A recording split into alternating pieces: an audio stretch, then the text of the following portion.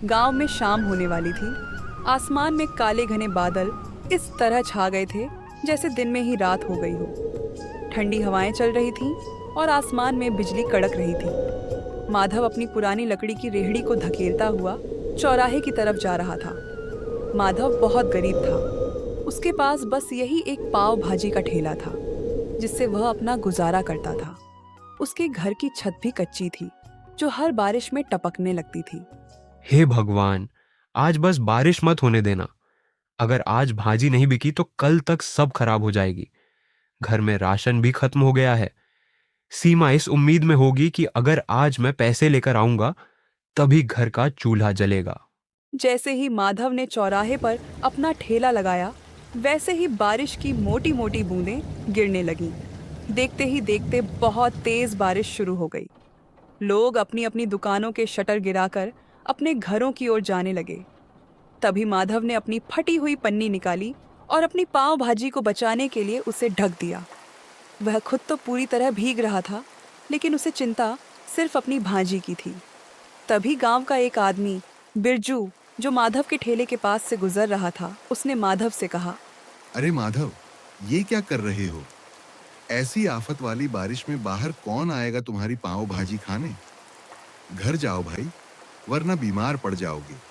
बिरजू भाई, गरीब को बीमार होने से ज्यादा डर भूख का लगता है। अगर खाली हाथ घर गया तो सीमा को क्या मुंह दिखाऊंगा।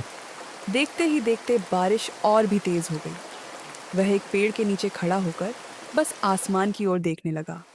उसकी आंखों में आंसू थे। दिन में ही रात के 8 बज चुके थे।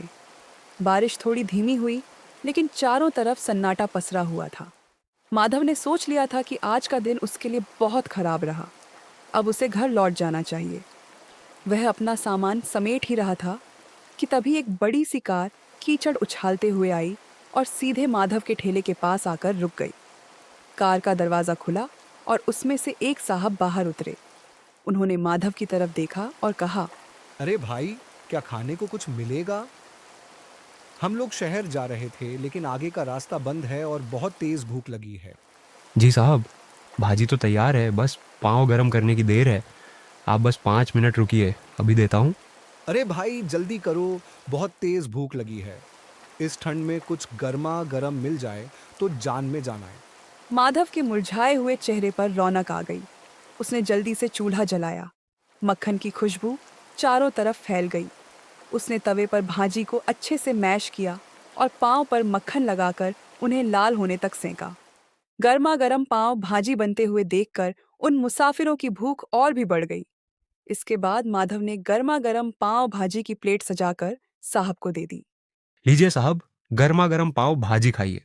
उसके बाद जैसे ही साहब पाव भाजी का एक निवाला खाते हैं, वे माधव से कहते हैं, वाह भाई, क्या स्वाद है।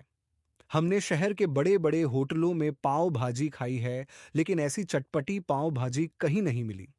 तुमने तो कमाल कर दिया। माधव की मेहनत आखिर रंग लाई। लेकिन जब पैसे देने की बारी आई, तो साहब ने खुश होकर माधव के हाथ में 2000 रुपए का नोट थमा दिया। रख लो भाई, इस मुसीबत में तुमने हमें खाना खिलाया है, ये उसी का इनाम है, खुश रहो। साहब, ये तो बहुत ज्यादा पैसे हैं और मेरे पास तो इतने छुट्टे भी नहीं हैं। गाड़ी वहां से चली गई।